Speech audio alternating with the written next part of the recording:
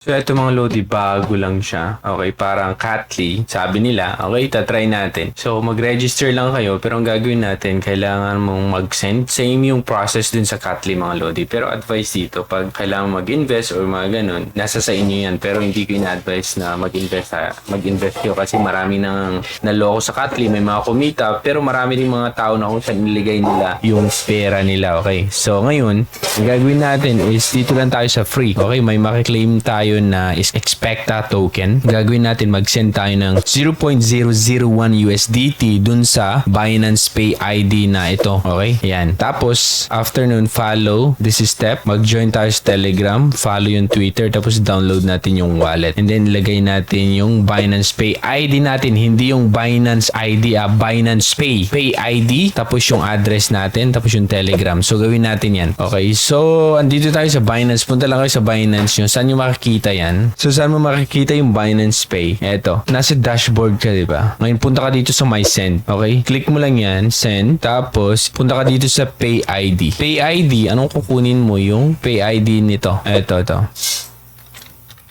Okay, yan. Tapos, tandaan natin 0.001 USDT ang sisend natin. Okay, lagay natin yung Pay ID dyan. Continue lang. And then, piliin mo dito USDT.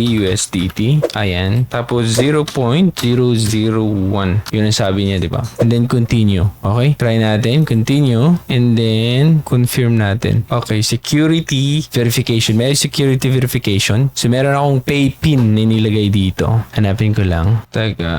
Ayun, payment processing, ayun, successful yung payment natin mga Lodi. So, ngayon ang kinukuha nila sa atin is yung your Binance Pay ID naman. Okay, so ngayon ilalagay natin, saan natin makikita yung Binance Pay ID natin? So, dito kayo sa dashboard. Pag nakita nyo sa dashboard, makita nyo dito sa My More. Okay, More, and then Pay. Okay, click nyo yung Pay. Dito makikita nyo yung Binance Pay ID nyo. So, dito siya. So, ito yung ginawa kong transaction ngayon lang. Ito yung Pay ID mo. So, i-copy mo yan. Pay ID hindi yung Binance ID, kundi Pay ID mo siya. So, yan ang i-copy mo. Tapos, pupunta ka sa may dito. Okay.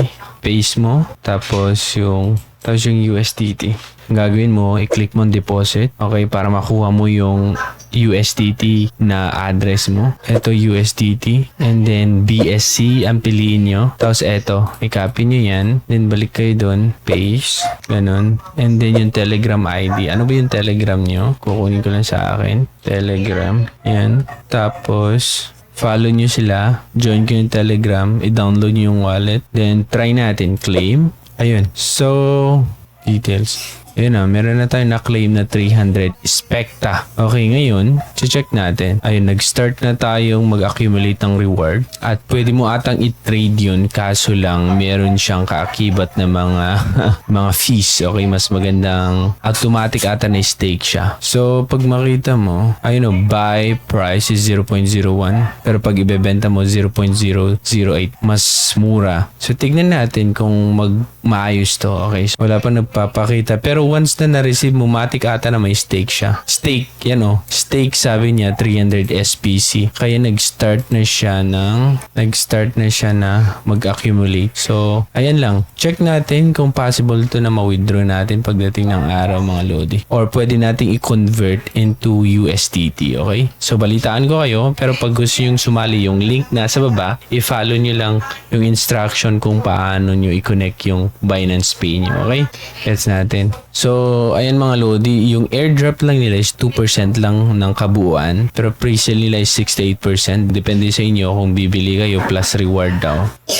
So, ayan, link nasa baba mga Lodi kung gusto yung i-try. Parang, okay, Catly din to. Pero ingat-ingat kasi alam natin yung Catly, maraming nag-invest doon, maraming ni-scam, at marami din kumita. Okay? So, ang possible na gagawin nyo is yung free lang tayo. Kung gusto nyo mag-kumita na mas malaki, then maglagay kayo ng pera. Pero nasa sa inyo yung decision lang yan, Lodi. Okay, kung napapansin yung medyo malabo na yung Specta, then yung time na yun na parang ibenta nyo na. Okay? So, ayan mga Lodi, ang Specta siya. Pero check natin kung baka naman legit to, no? Hindi siya katulad ng Catly. Kasi pag check nyo, eto siya, expected chain. Hindi gumagana yung kanilang website ngayon, pero Telegram gumagana. Pwede nyo siyang i-visit. Okay? At dito, nagbibigay sila ng